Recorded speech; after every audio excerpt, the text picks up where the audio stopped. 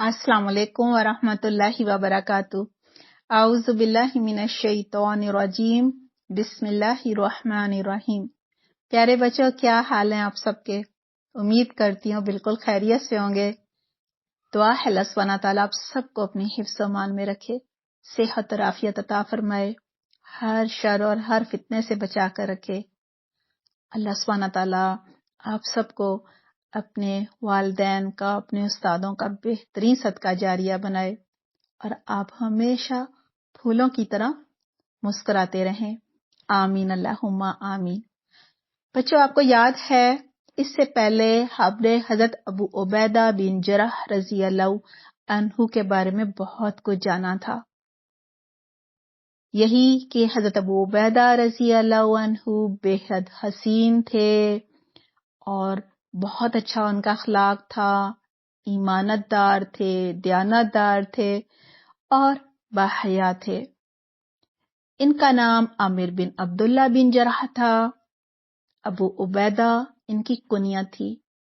اور بچوں، ان کے ایمان کی مضبوطی کا یہ حال تھا کہ انہوں نے جنگ بدر میں اپنے والد عبداللہ بن جرح کو اپنے ہاتھوں سے ہلاک کر دیا تھا۔ یہ بہت ہی بڑی آزمائش تھی، بڑا ہی مشکل کام تھا، لیکن اللہ سبحانہ تعالیٰ نے ان کے اس کارنامے پر آیات بھی نازل کی تھیں۔ پچھلی دفعہ ہم نے بات بھی کی تھی ان پر، ٹھیک ہے نا؟ اور جب انہوں نے اپنے باپ کو ہلاک کیا تو کیا کہا تھا؟ جی، ان کا کہنا تھا کہ انہوں نے اپنے باپ کو نہیں بلکہ باپ کی شکل میں شرک کا خاتمہ کیا تھا۔ آج ہم حضرت ابو عبیدہ بن جرح رضی اللہ عنہ کے بارے میں مزید جانیں گے۔ دل کرتا ہے نا، اتنی بڑی آزمائش سے گزرنے والے ہمارے جو صحابی تھے ان کے بارے میں ہم مزید جانیں نا۔ جی بچوں، پہلا ان کے بارے میں واقعہ کچھ اس طرح ہے۔ عیسائیوں کا ایک وفد رسول اللہ صلی اللہ علیہ وسلم کے پاس آیا اور انہوں نے کہا کہ ہمارے ساتھ کسی ایسے صحابی کو بھیجیے جو ہماری قوم کے مسئلوں کا حل جو ہے وہ بتا سکے، یعنی مسئلوں کو حل کر سکے۔ آپ صلی اللہ علیہ وسلم نے وفد سے کہا، کل میرے پاس آنا، میں ایک ایسا صحابی دوں گا جو طاقتور بھی ہے، ایمانت دار بھی ہے اور دیانت دار بھی ہے۔ حضرت عمر رضی اللہ عنہ کہتے ہیں، اگلے دن میں نہا دھو کر مسجد میں سب سے پہلے پہنچا اور میری خواہش تھی کہ وہ صحابی میں ہوں، یعنی کہ آپ صلی اللہ علیہ وسلم مجھے سلیکٹ کریں۔ حضرت عمر رضی اللہ عنہ کہتے ہیں کہ میں بار بار آپ صلی اللہ علیہ وسلم کو دیکھ رہا تھا، مجھے لگ رہا تھا شاید وہ مجھے ڈھونڈ رہے ہوں، لہٰذا میں چاہتا تھا کہ میں انہیں نظر آ جاؤں، لیکن آپ صلی اللہ علیہ وسلم نے حضرت ابو عبیدہ رضی اللہ عنہ کو اپنے پاس بلایا اور فرمایا، آپ اس وفد کے ساتھ جائیں اور ان کے مسئلوں کا حل انہیں بتائیں، اور ان کے مسئلوں کے جو بھی فیصلے ہیں مجھے پتا ہے آپ عدل و انصاف کے ساتھ کریں گے۔ حضرت عمر رضی اللہ عنہ فرماتے ہیں کہ میں یہ سن کر بے اختیار پکار اٹھا کہ آج ابو عبیدہ بن جرح رضی اللہ عنہ ہم سے بازی لے گئے، یعنی نیکیوں میں ہم سے آگے نکل گئے۔ بچوں، صحابہ کرام نا ایک دوسرے سے نیکیوں میں آگے نکلتے تھے، دوڑ لگاتے تھے۔ ہم بھی ایسا کرتے ہیں یا ہم کسی اور چیز میں دوڑ لگاتے ہیں؟ اس کی گاڑی اتنی اچھی، اس کا گھر اتنا اچھا، اس کی فلانی چیز اس برانڈ کی، تو میری کیوں نہیں؟ ایسا تو نہیں کرتے؟ الحمدللہ، مجھے پتہ نہیں کرتے ہوں گے۔ آپ اتنے خوبصورت صحابہ کرام کے واقعات جو ہیں ان کو جان رہے ہیں، اور مجھے پوری امید ہے کہ آپ بھی پوری کوشش کر رہے ہوں گے کہ آپ ان جیسے بنیں، آپ کی شخصیت میں ان کے کردار جو ہیں وہ جھلکیں۔ اللہ کرے ایسا ہی ہو، آمین اللہم آمین۔ بچوں دوسرا واقعہ کچھ اس طرح ہے. ایک دفعہ آپ صلی اللہ علیہ وسلم نے مسلمانوں کے ایک قافلے کو مشرکین سے مقابلہ کرنے کے لیے بھیجا. حضرت ابو عبیدہ بن جراح رضی اللہ عنہ کو قافلے کا امیر بنایا، سربراہ بنایا، اور قافلے کے لیے کھجوروں کا ایک تھیلا حضرت ابو عبیدہ رضی اللہ عنہ کو دیا. بچوں ان کھجوروں کے علاوہ مسلمانوں کے پاس کچھ بھی کھانے کو نہیں تھا. اس سفر میں ہر صحابی کو روزانہ صرف ایک کھجور ملتی تھی، اور صحابہ کرام رضی اللہ عنہم اس ایک کھجور کے بعد پانی پی لیتے تھے اور صبر و تحمل سے کام لیتے تھے. بچوں حضرت ابو عبیدہ بن جراح رضی اللہ عنہ خود بھی صرف ایک ہی کھجور کھایا کرتے تھے. اور یہ کہاں سے پتا چلا؟ جب واپس آئے تو آپ صلی اللہ علیہ وسلم کو اللہ سبحانہ تعالیٰ نے پہلے ہی بتا دیا تھا کہ انہوں نے ایک دن بھی خیانت نہیں کی کہ خود 2 کھجوریں کھا لیتے. بچوں ان کے پاس تھیلا تھا، ایک کھجور سے سارا دن گزارنا کتنا مشکل ہے.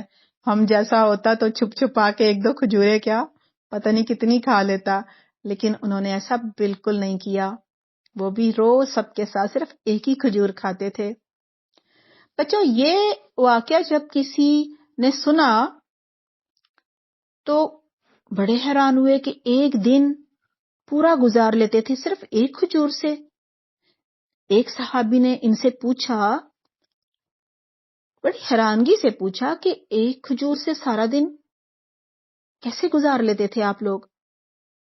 تو انہوں نے جواب دیا کہ ہمیں اس ایک کھجور کی قدر اس دن ہوئی جس دن وہ بھی نہ ملی، یعنی کھجوریں ہی ختم ہو گئیں اور وہ ایک کھجور ملنی بھی پھر ہمیں بند ہو گئی.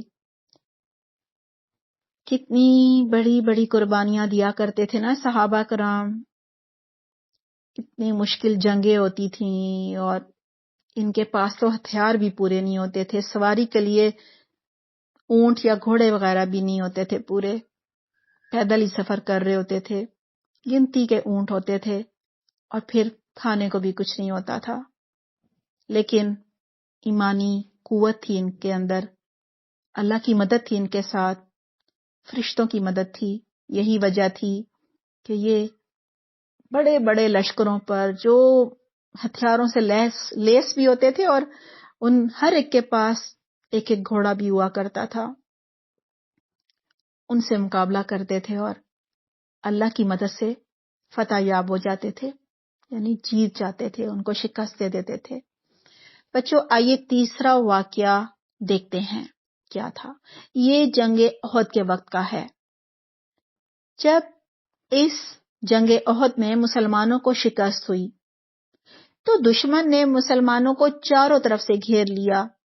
ایسے مشکل وقت میں صرف 10 صحابہ کرام رضی اللہ عنہم ایسے تھے جو آپ صلی اللہ علیہ وسلم کے ارد گرد جمع ہو گئے، یعنی ایک دائرے کی شکل میں آپ صلی اللہ علیہ وسلم کا دفاع کرنے لگے، یعنی ان کو دشمن کے تیروں سے بچانے لگے اور اپنے سینے پر ہر وہ تیر کھا لیتے تھے جو آپ صلی اللہ علیہ وسلم کی طرف آتا تھا.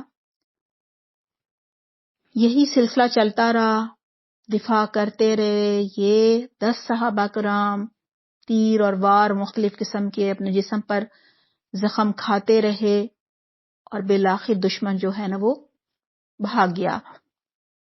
لیکن بچوں آپ صلی اللہ علیہ وسلم کے دانت اس میں شہید ہو چکے تھے. آپ صلی اللہ علیہ وسلم کی جو خود تھی نا، یعنی کہ جو سر پہ لوہے کی ٹوپی تھی نا، اس کے 2 ہلکے کڑیاں سمجھ لیں، 2 لوہے سمجھ لیں، وہ آپ صلی اللہ علیہ وسلم کے گال میں بہت اندر تک وہ کڑیاں گھس گئی تھیں، کسی صورت نہیں نکل رہی تھیں.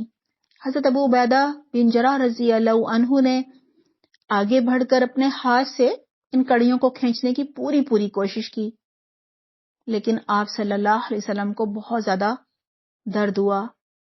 اس پر حضرت ابو عبیدہ رضی اللہ عنہ نے بڑی مضبوطی سے اپنے دانت سے وہ کڑیاں جو ہے نا وہ پکڑ لیں، جکڑ لیں اور ایک ہی جھٹکے میں ان کو نکال دیا.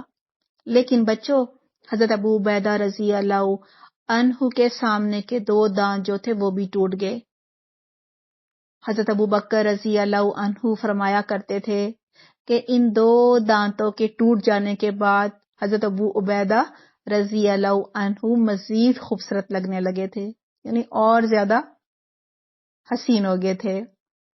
حضرت ابو عبیدہ بن جراح رضی اللہ عنہ تمام جنگوں میں رسول اللہ صلی اللہ علیہ وسلم کے ساتھ رہا کرتے تھے، یہاں تک کہ آپ صلی اللہ علیہ وسلم اس دنیا سے چلے گئے.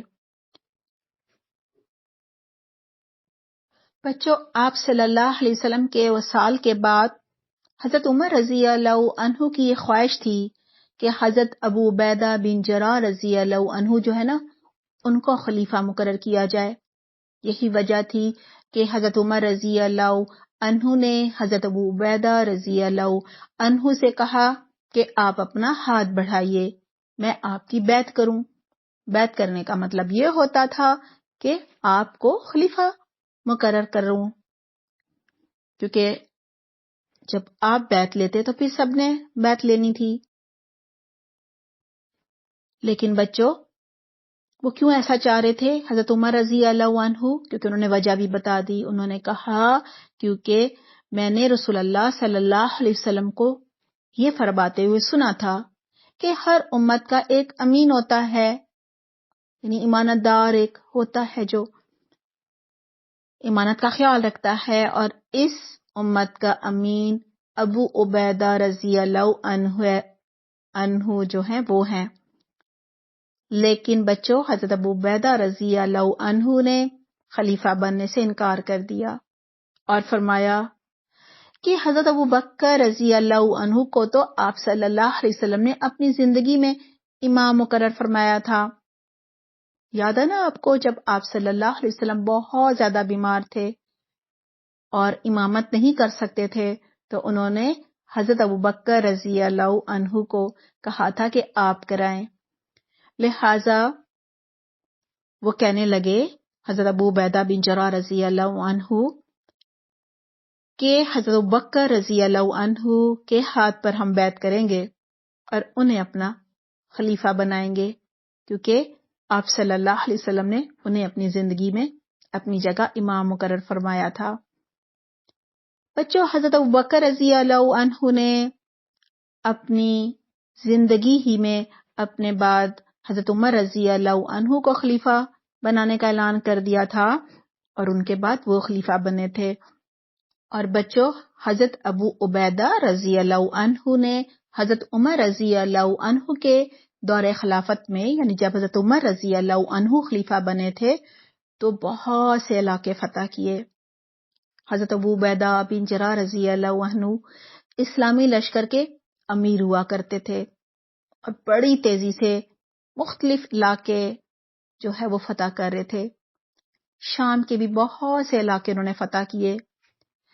بچوں، اس موقع پر نا شام میں طاعون پھیل گیا، پلیگ بھی جسے کہا جاتا ہے نا، جو چوہوں سے ہوتا ہے اور جس میں انسان مری جاتا ہے.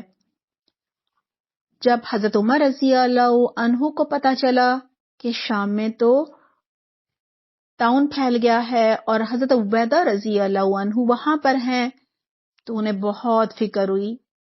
اور بچوں، انہوں نے حضرت ابو عبیدہ رضی اللہ عنہ کو خط لکھا کہ اس خط کے ملتے ہی فوراً واپسی کا سفر شروع کر دو.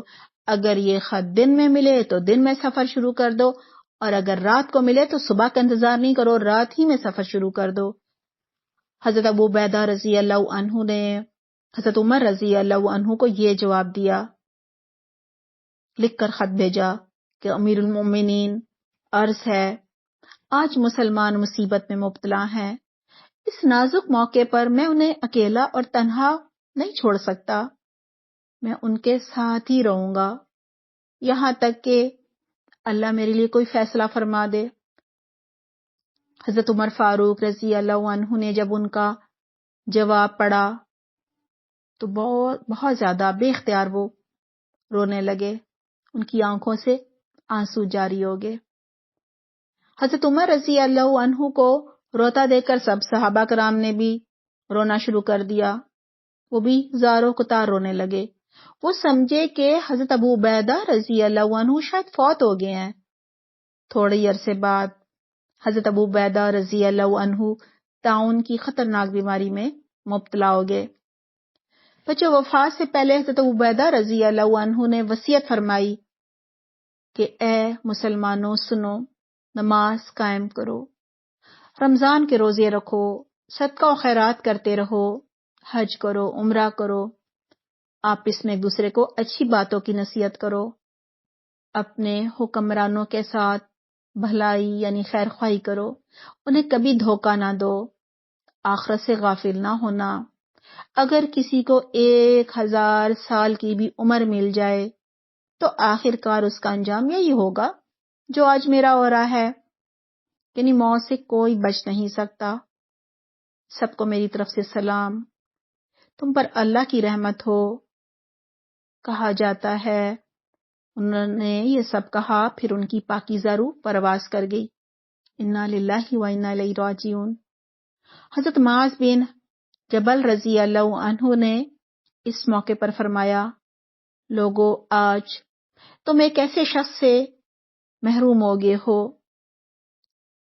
ایسے شخص کے غم میں مبتلا ہو گئے ہو، اللہ کی قسم میں نے ان سے بڑھ کر نیک کسی کو نہیں پایا، ان سے بڑھ کر حسد و بغض میں پاک کسی کو نہیں پایا.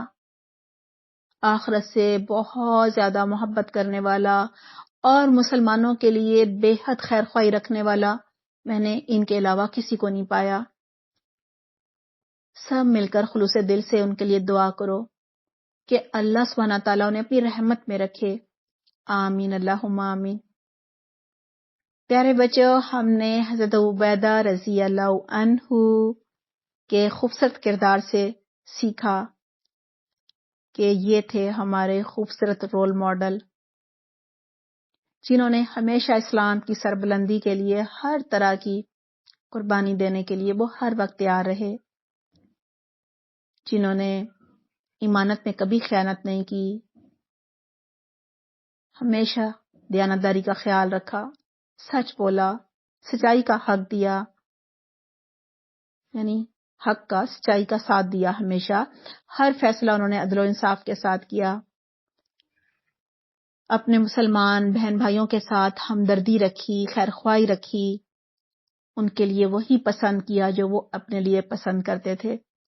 اللہ سبحانہ تعالی ہمیں بھی آپ صلی اللہ علیہ وسلم اور صحابہ کرام رضی اللہ عنہم جیسی خوبصورت عادات، ان جیسا اخلاق اپنانے کی اور ان جیسا جو ایک ان کے اندر سچا ایمان تھا اس کو اپنانے کی بہترین توفیق عطا فرمائے. اللہ سبحانہ تعالی ہم سے بھی راضی ہو جائے، اپنی رضا کے کام ہم سے کروا لے. آمین اللہم آمین. بچوں اپنا بہت خیال رکھیے گا. سبحانک اللہم و بحمدک، نشہد ان لا الہ الا انت، نستغفرک و نتوب الیک. والسلام علیکم ورحمۃ اللہ وبرکاتہ.